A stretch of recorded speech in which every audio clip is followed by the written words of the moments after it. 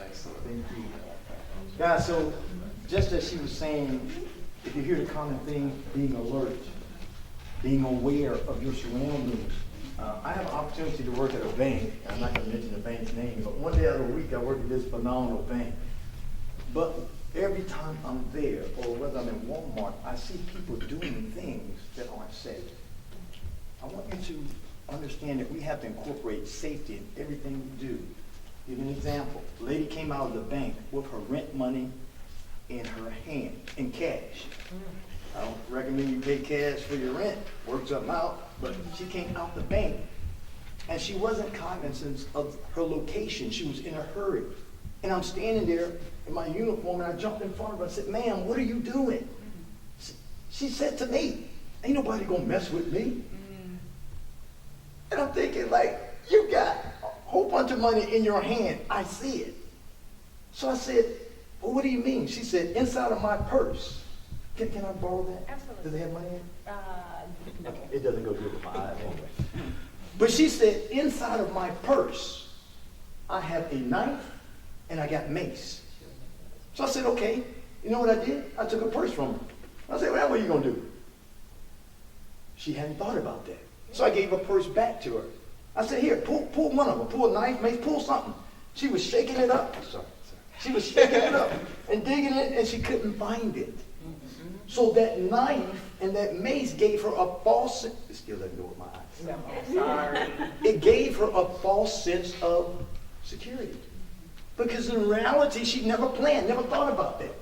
She thought about from one destination to the next. And I'm standing in front of the bank. There's a guy comes out of the bank with $8,000 in his hand in cash. His hand is like this, with the green stuff in it, dead presidents, whatever you want to say, money, moolah, dinero. And I jumped in front of him. I said, "Sir, what are you doing?" You know what he said? "Ain't nobody gonna mess with me, man." I said, "Sir, I feel like hitting you in the back of the head and pay my mortgage." So you can't assume that nobody's going to mess with you. In our communities, we got some young ladies that are putting themselves in vicarious positions and situations. I don't know if you heard about the lady that took the MARTA, got off at MARTA and asked somebody for directions. And the guy said, "Not only will I give you directions, ma'am, I'll walk with you. It's kind of night, kind of dark. I'm going to walk with you." And he led her into a secluded place and attacked her.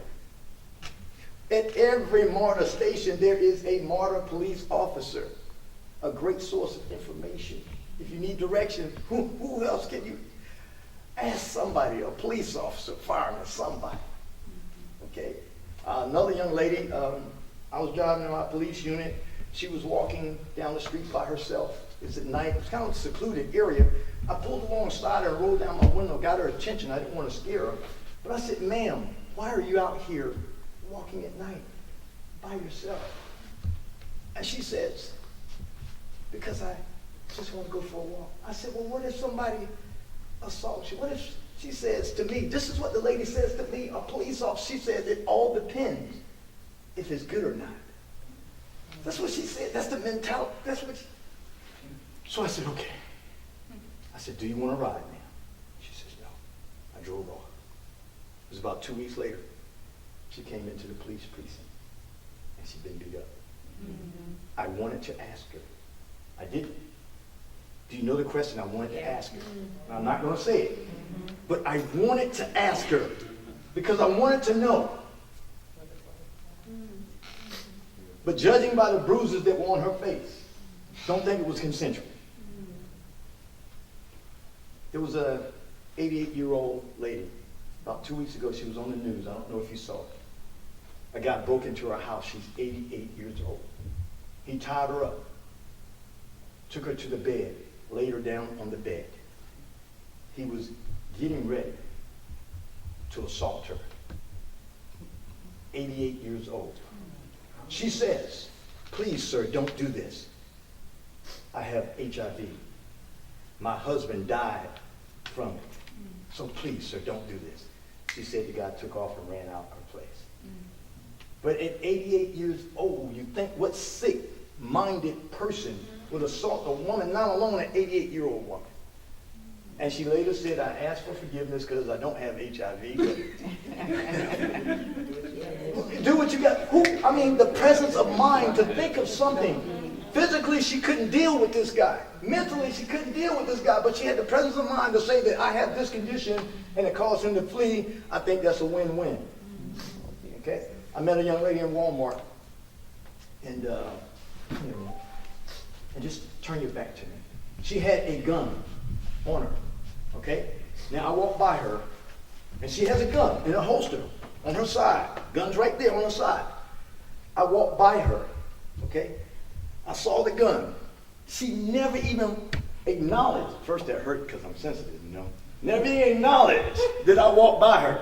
So I turned around and walked by her again. She still did not acknowledge that a man was walking so close. So I tried to get really close to her the next time, like, surely.